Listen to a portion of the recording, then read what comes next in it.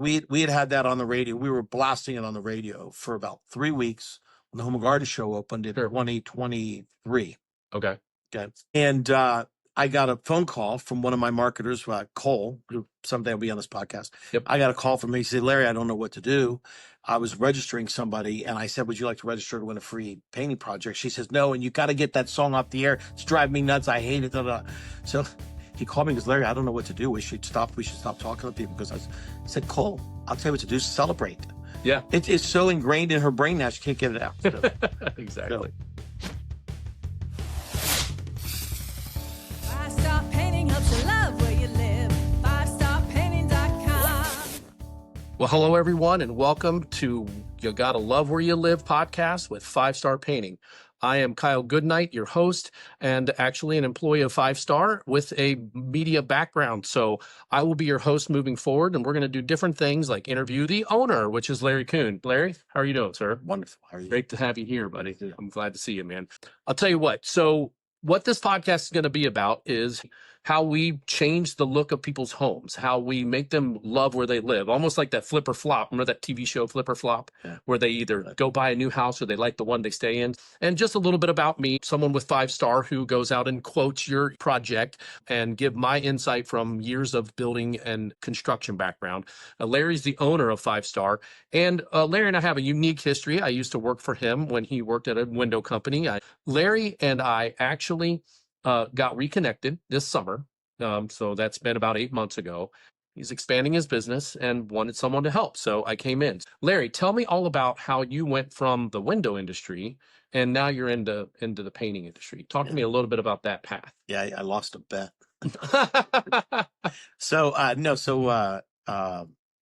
Actually was looking at a different organization, and a guy that had been in the window business with me in Louisville had said, hey, why don't you look at 5-Star? He says, I got a 5-Star, and a few other guys that worked at the window company I worked at for years and was a part owner and had opened up 5-Star locations. And he says, we're all doing pretty well. You ought to take a look at it. So I took a look at it, and I went down to Texas and went to a meet and greet kind of thing and said, yeah, I think this is for me, and jumped on board. And that's kind of how I ended up in it. It was really, I mean, I have another window business on the side that I do, but well, it's part of home improvement. You've always been a part of home improvement. Yeah. So it's been, I mean, at the place I was at before, which I think I could say their name is Champion, we did windows, doors, siding, sunrooms, doing painting relative to doing those trades is relatively simple, but it's a very fragmented industry. So, there's 13,000 painters in this town. So, wow. So like people that we call Dan in the vans and Chuck's in the trucks, there's 13,000 plus the bigger companies. Yeah. Well, there's not that many big companies. Most of it's very, like I said, it's very fragmented. So, but why did you choose 5-Star? Was that just, have you been looking for other painting device? Yeah. No, I did not. What I liked about 5-Star was their networkability through the Neighborly brand, which is Neighborly owns about 20 different nameplates, and their oversight of the organizations that use their name. So, they give me scale. So the shirts you and I are wearing, the hat you're wearing, the wrap on my vehicle, all those things. Like I massive purchase power. When I walked into Sherwin-Williams, I was already the lowest price in the country. So I opened the doors day one. Same thing with Behr. So, and we have that kind of a negotiating power, right? So it's like going to, buying the 7 pounds of bacon at Costco is a lot less than buying 1 pound at Kroger. So there was that. What I really liked best was they care about my customers much like they are their own customers, because the ability for them to be able to promote all of this is one kind of one-stop shop. The hub for home services is kind of what we say. They see you as not only, a customer of mine, ours, right? A customer of ours is also a customer of theirs, because the networkability of these 20 brands, because they're promoting them as this neighborly group, if one city with one brand is doing something adverse to the brand, it can spread like, everywhere. So, it's a very small world, right? So it's like a checks and balance thing for you on a larger scale. You're still a local company, locally owned, local operation, local painters, local management, local owned and everything. My wife and I own this business. So. But it gives us scale, and it gives our consumers that we work with, our customers, supreme accountability that we're held to, because not only am I, You can find us on Google reviews and BBB and all that. But now I've got somebody else. I've got a parent company that owns the name, making sure that I'm doing everything we can with every job we do to protect the name of Five Star Painting. Right. Not just on a local basis, but on a national basis. Right. So when we're done with the job, there's an email that's sent out to all the customers asking them to do a quick rating through a company called Broadly. Broadly feeds that rating. It's called a Net Promoter Score. They feed that information back to Neighborly. Now, I watched the Net Promoter Score. Net Promoter Scores are not typically something you see nationally. If you wanted to Google Net Promoter Score, you'd see that a few years ago, Costco was 80. And they were one of the highest rated. Their rating of 80 was one of the highest ratings in the country. Oh, wow. Of any retailer. Yeah. And most people a lot of people go to Costco, like they swear by Costco. My wife uses Costco. We swear by it. So we're very, very happy with the service they provide us and the pricing and all the things they offer, right? So they get a very high Net Promoter Score. My score, last I checked, since I opened, was 3 points higher than theirs. So you're doing something right. Yeah. So and we're 4 point on a Google. So from a Neighborly standpoint, them looking at us and saying, we want to represent you. Yeah, we want you. You're doing a good job representing the Neighborly brand and Five Star. So does Neighborly have multiple paint companies inside of their umbrella? Well, interestingly enough, there's two people in the country that are named Protect Painters. Okay. Which was an original nameplate that they had, but they didn't like the name. They liked the name Five Star better. But when they went to trademark Five Star all around country, there were already Five Star paintings in those two cities. One's in Texas, one's in Virginia. So it's still a 5-star. So there is only one painting company underneath the umbrella of Neighborly. Yeah. Right. So and I've seen on our flyer, local companies here in the Central Ohio area like Precision Door. We've all heard of them. Yeah, Roto Rooter. Everybody's heard of Roto. Mr. Rooter. Mr. Rooter, sorry, not Roto, sir. Sorry, not Roto Rooter. So Mr. Rooter, I know Mr. Electric, Mr. Handyman, Mr. Handyman, Mr. Appliance, all these different ones. Molly Maid is I always knew the name Molly Maid. Before I came here. Glass companies that people already represent. Companies that already people have a good relationship with and are household names really in your local area. So that's what I love about Neighborly is. I've been talking with potential clients and like, oh, Neighborly. Yeah. Oh, you're part of Neighborly. And they may already know about it. And if they don't know about it, they're going to start seeing Neighborly stuff on different trucks around town. So we've talked about Neighborly. So what else when it comes to, cause I've watched you, you're mentoring me when it comes to the proper way to talk to people about painting. I mean, I've done the construction stuff and I've been the one-man show in most of my life when it comes to remodeling someone's home. I've done painting, I've done full remodels, I've done kitchens, bathrooms. But when I've started shadowing you to come into Five Star, I mean, I saw the passion. I saw like you get excited about this stuff. You you really care about these people's homes. So tell us a little bit about, Love Where You Live is the name of the podcast. Talk to us a little bit about how Love Where You Live came about. And I know it's the jingle for your local business. Talk a little bit about that. That's something that was a little surprising. Yes. So I was actually sitting in a meeting. I was on the advisory council for the Five Star for a couple of years.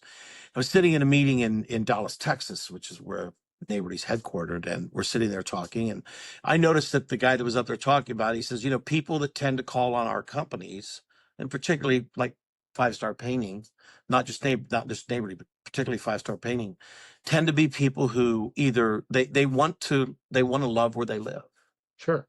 Well, I mean, it instantly, I was like, I knew that. We knew when I was a champion, we knew that people that would come and have windows or doors or siding or sunroom put on them, they loved where they lived. They not only loved their house or wanted to love their house more, but they loved the area. They didn't want to move. They wanted to stay there. So, and we see it all the time, Kyle, when people, they say, I'm closing on a house in 3 weeks. Yeah. And it's everything about it's right, but the color. I want my colors in the house. Like women are nest builders. That's what they do. So they want their colors in their house. What can you do for me? So I do a ton of virtual estimates for people where I've never been to the house. I just look at the pictures and everything online, and I have a deep, in-depth conversation with them. I give them a full presentation in a Zoom call, and I put together a number for them so that literally the closest I've ever done it was 1 hour after 3 guys bought a house in Marysville. They had 17 colors in the house.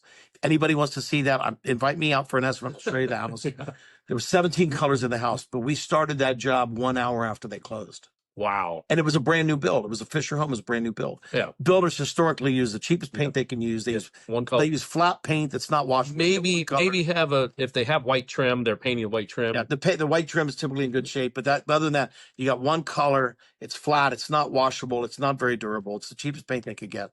And most I've ever heard is you had four colors to choose from. It had to be the same color through the whole house. Wow. So we see a lot of it. So I know that people, even when they buy a brand new home, they're not satisfied to move into a house that is the colors they don't want. Right. Color changes your mood. It sure does. I mean, there's all kinds of scientific research. So it really is about loving where you live, and everybody has their own palette of colors that they enjoy, right? So to help that, we actually have on larger projects, we would provide a free color consultation with a licensed interior designer who all she does is color consults. That's it. And I've not met her yet. Our customers love her. Name's Lisa. Yeah. Our customers love her to death. Yeah. She does a great job for us. So, well, hopefully, because that's where things start to get personal with people. When you come out and get, measure rooms up and stuff, but when you start talking about color and start talking about, sheen and all that stuff, people get really personal about that. And that's good that she's got such a good rapport with people, because that's important. Yeah. So I'll tell you an interesting story about her. We just finished a project that was a church. And when they decided they wanted to use a color consult, and I just happened to hear from the estimator that was out there that did the quote and brought them on board. We just finished the job. That they were really excited to have a color consultant to be part of the project, because if anybody in the church doesn't like the colors, they can just blame the consultant. There you go. Easy target. So you love where you live. That also became your jingle, right? For your advertising, right? You wrote that song. That's the one thing that I didn't know, that you actually are a musician as well. And are you a magician or just a musician? Just a musician. Okay. So I had a band that I was a part of at the time that I did that. We were kind of a little bit on hiatus, I think, maybe just coming off of hiatus. I'm not in a band anymore, but I've been in a band for about the last, about 11 of the last 15 years or so. I've been in a band. So we played out at bars and stuff like this. And I just had this idea that, we should have a jingle. So I made a jingle 4.5 seconds long. I mean, I'll tell you, the very first time my lead singer in the band sang it, and Lynette sang it. Oh, was that who? Okay, I was wondering who you hired. Lynette sang it, and she did it for free. And Lynette sang it, and then Bob, I kind of had a little bit of the tune already. I'd already sung it to myself. Lynette liked the love where you live, where she put that. So that was kind of her thing. And then he said, "What drummer do you want?" He put 4 drummers on his computer. So I'll take that drum beat. We did have guitar in there and everything, but it was too loud. I said, just make the keys and the drums. And then my direction to her was make it as drippy as possible. Yeah. So it's like, when you said drippy, you want it just to be like something that sticks in your head, that people like, they love it or they hate it. Yeah, there's no in between. Right? Yeah. But they remember it. Yeah. Right. So funny story about that. We had that on the radio. We were blasting it on the radio for about 3 weeks when the Home and Garden show opened in 2023. Okay. And I got a phone call from one of my marketers, Cole, who someday will be on this podcast. Yep. I got a call from him. He said, "Larry, I don't know what to do. I was registering somebody, and I said, would you like to register to win a free painting project?" She says, "No, and you got to get that song off the air. It's driving me nuts. I hate it." So he called me and goes, "Larry, I don't know what to do. We should stop talking to people." Because I said, "Cole, I'll tell you what to do. Celebrate." Yeah. It's so ingrained in her brain now, she can't get it out. Exactly. So, I'm working with Neighborly on a national basis to get that ownership spread. That. Oh, wow. And then I'm going to share the wealth with the people who performed it. So. Right. Well, we'll the song you heard coming into the podcast is the acoustic version, and we'll play for you right now the whole 4 or 5 second with the singer doing that. So This is what that sounds like. 5-star painting helps you love where you live. 5starpainting.com. Okay, so we talked about Neighborly and how that came about. We talked about your involvement and why you started to want to have your own business and why the painting business. Let's talk about what kind of services that you provide when it comes to what you paint in a home and those kind of things. Can you expand on that? So I was on with an estimator, and we were on Channel 6 one morning. They said, "Well, what can you paint?" And he goes, "If you can hold it still, we can paint." So, I mean, I've done right now we're doing a mirror for somebody, like a customer. We've painted for her twice in the last 3 months. She goes, "Hey, can you paint this mirror for me? And then I want you to do one more bathroom." So we're like painting the frame of a mirror. Okay. Yeah. So we do kitchen cabinets, we do decks, we do fences, we do interior. So all the trim, the walls, the ceilings, the doors, on the exterior, everything. I mean, we do, a lot of people are like, I got to get new vinyl siding. I don't like the color. Why? No, don't take the vinyl siding off. It's fine. Don't take your aluminum siding off. It's fine. If it's not broken, don't fix it. Just repaint it, because vinyl and aluminum siding paint up really, really well. Really? Vinyl even? Oh, yeah. A cedar, hardy plank, all of that. Like hardy plank nowadays, when they build a new house, a lot of times it comes pre-painted. Sure. You only have certain colors you can get. Now your HOA may have something to say about that, so be careful. But it's almost literally choosing. What you're looking for is clean, dry, and dull. Clean, dry, and dull, you can paint it. So other than that, you need to do something. You need to sand it. You need to prime it. You might need to sand and prime it, like cabinets and stuff like that. But so that's basically the scope of what we do.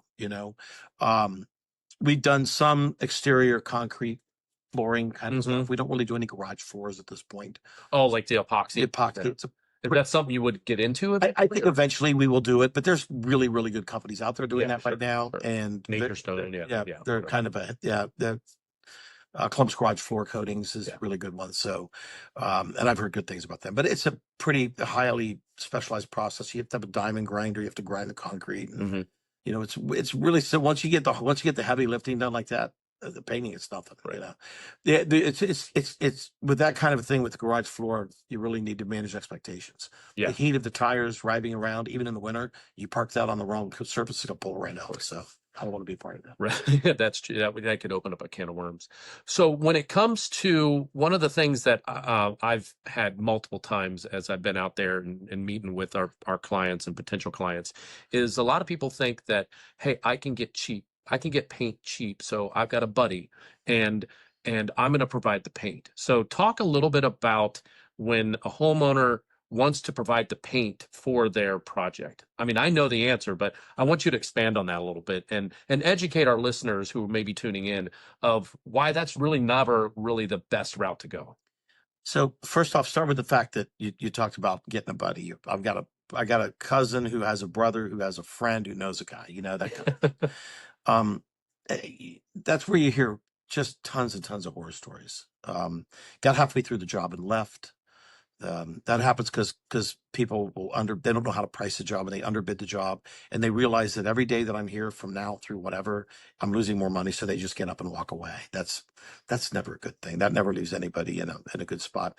We actually had a job we quoted, and I'll be real blunt and say it was about a $6,000 job. And she said she found somebody could do it for $2,500. And she said with the very first, she got a hold of my rep, said Rex, said, as soon as they started the project, I knew I was in trouble because they were just making a mess of everything. It was paint on everything. And there's horrible problems going on everywhere. And she goes, but I felt like, well, I didn't really want to confront them. I just wanted them to finish because I'd already paid them the money. So then she called us, and guess what she wanted? She wanted us to come back and do it for less than they did it. Oh, wow. Because she had already invested their money. That the most expensive home improvement project, the most expensive painting project you'll ever do is one you have to do twice. Right. So you gotta choose your contractor carefully. So, and that tends to be the issue a lot of times when people say I can get the paint cheap because I got a cousin who's got a discount with. Right. Trust me, you're paying more. Yeah, we and the national buying power with Sherwin-Williams, right? And the biggest problem with that is if you're going to provide the paint, if we run out of paint in the middle of the job, you got to be home to go get it. Oh, they're now the project manager of their job because they provided. You got to be the one to go get the paint. So generally, if that happens, I'll say, look, I'll quote it with and without the paint, and then you make a decision. If you want to take on that burden, that's fine, and I'll quote it with and without the paint and leave it up to them. Yeah.